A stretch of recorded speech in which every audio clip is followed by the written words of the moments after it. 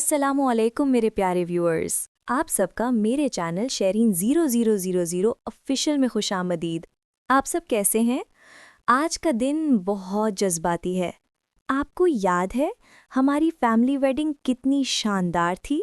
سب نے اتنا پیار دیا، میں سب کی شکر گزار ہوں۔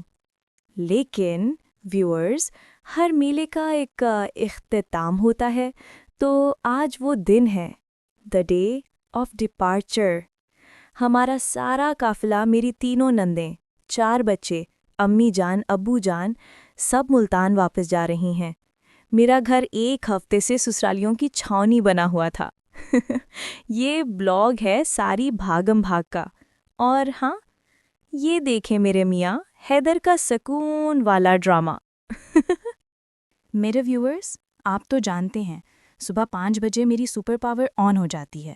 نماز اور تلاوت کے بعد مجھے پتا تھا کہ آج جو طوفان آنے والا ہے وہ بغیر انرجی کے نہیں تھمے گا۔ 7 بجے تک پورا گھر جاگ چکا تھا۔ یہ دیکھیں، 14 لوگوں کا ناشتہ، پراٹھوں کا ڈھیر۔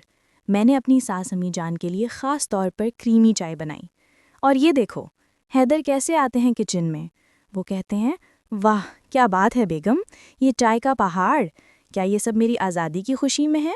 سنا آپ نے، مجھے تھکا دیکھ کر بھی یہ مذاق کر رہے ہیں۔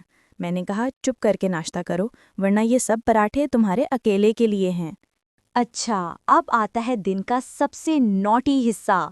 آپ کو یاد ہے نا، امی جان کے منہ میں بہت زیادہ چھالے ہیں، اور یہ دیکھیں حیدر کی شرارت۔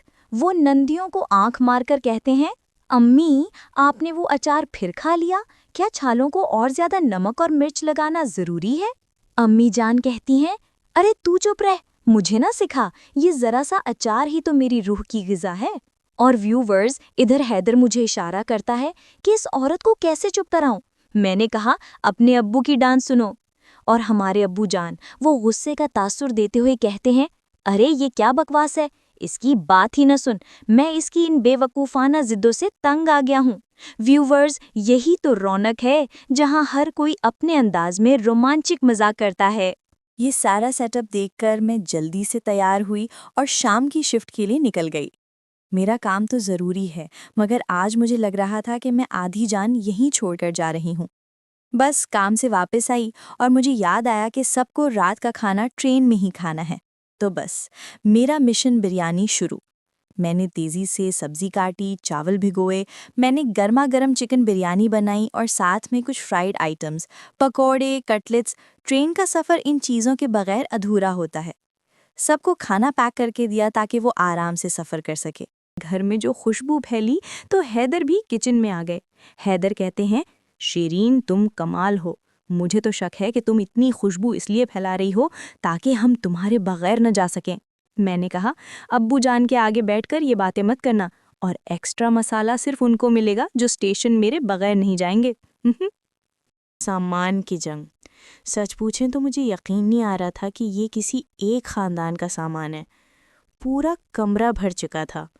میں نے حیدر سے کہا، اگر آج آپ نے سارے بیگ نہیں اٹھائے تو میں بریانی نہیں بناؤں گی۔